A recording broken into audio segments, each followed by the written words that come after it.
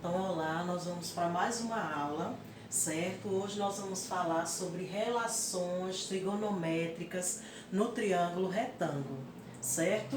O que é que nós vamos iniciar falando, né, em relações trigonométricas? Nós vamos aqui observar o nosso triângulo retângulo. Vou revisar para vocês. Triângulo retângulo é aquele triângulo que possui um ângulo reto, certo? Então, esse triângulo aqui é caracterizado por triângulo retângulo, por possuir esse ângulo reto aqui. Nós temos dentro desse triângulo aqui, nós temos, né, os ângulos representados pelas letras gregas, alfa e beta.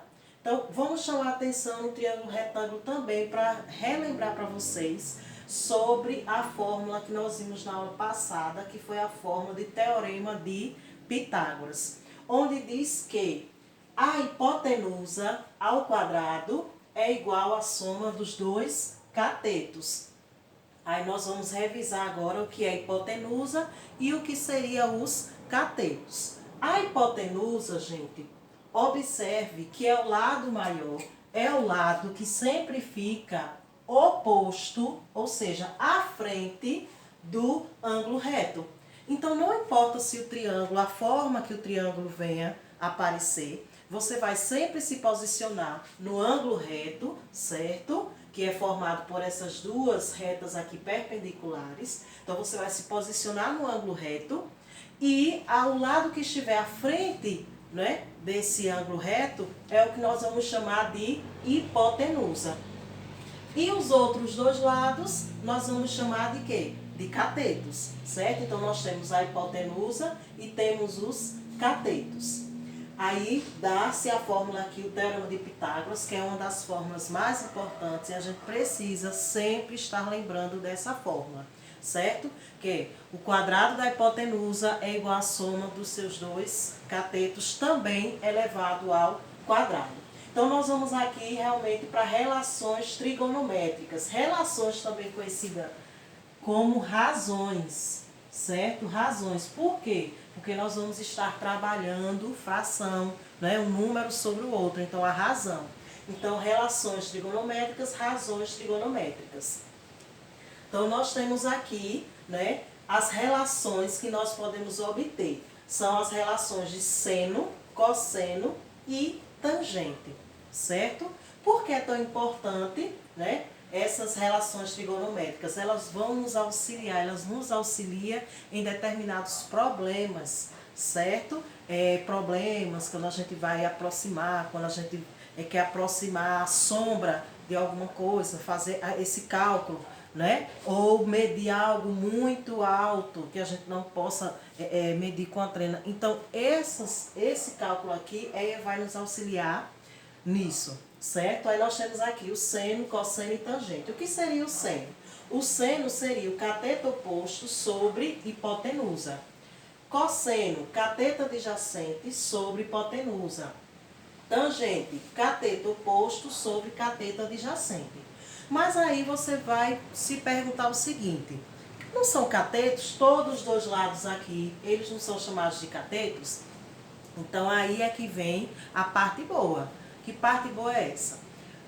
Os catetos, eles vão mudando de posição em cateto oposto e cateto adjacente, dependendo em que ângulo você vai se posicionar. Vou dar um exemplo.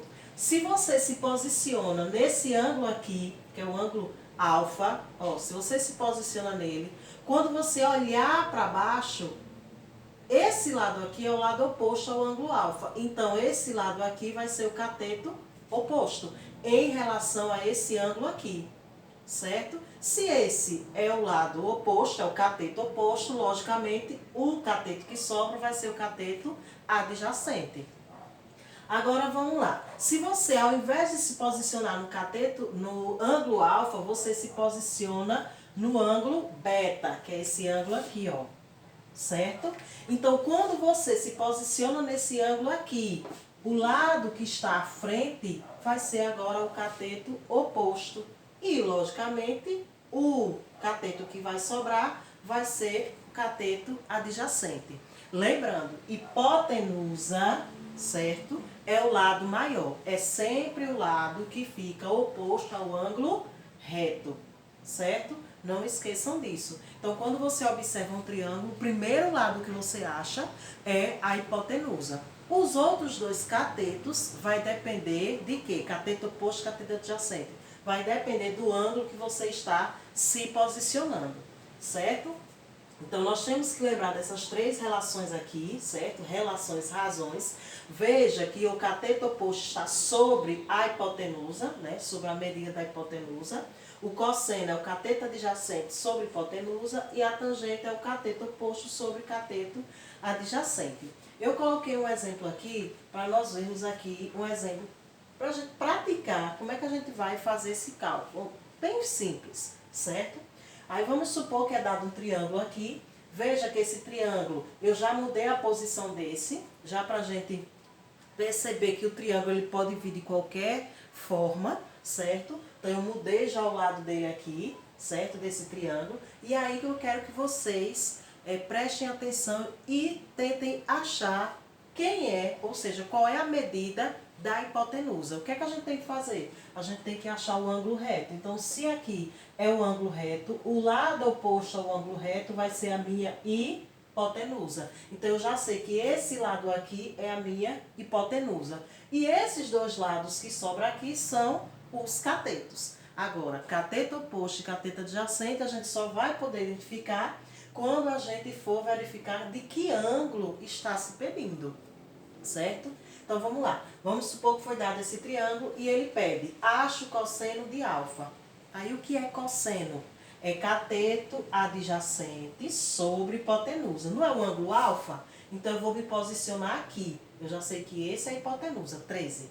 Então, cosseno de alfa. Me posicionei no alfa. Quem é o oposto a alfa? Não é 12? Então, vai ser cateto adjacente. Então, se aqui é o cateto oposto, o que sobra é o quê? Cateto adjacente. Então, vai ser 5 sobre a hipotenusa, que é 13. Certo? Vamos lá. Cosseno de beta. Aí, eu vou me posicionar aqui, né? Cosseno de beta. Me posicionei aqui no ângulo beta. Achei o lado oposto, ou seja, o cateto oposto. Se esse é o oposto, esse aqui é quem? O adjacente. Como ele quer cosseno, então é cateto adjacente sobre hipotenusa. Então vai ser 12, porque corresponde ao cateto adjacente, certo? Sobre a hipotenusa, que é 13. Vamos lá? Seno de alfa. Pronto, agora ele quer o seno. Aí, seno, o que é que eu tenho que lembrar? Que seno é cateto oposto sobre hipotenusa. Hipotenusa eu já sei que é o 13. Então, se é o seno de alfa que ele quer, então eu vou me posicionar no alfa. O cateto oposto é quem? 12. Então, vai ser 12 sobre 13. Coincidiu aqui? Não tem problema, certo? Aí, aqui, seno de beta. Seno é cateto oposto sobre hipotenusa. Então, seno de beta, vou me posicionar no ângulo beta. Então, se aqui é o beta, então aqui o ângulo beta, então aqui é o cateto oposto. Então, é 5 sobre a hipotenusa, que é 13. Aí, vamos lá. Tangente de alfa. O que é tangente?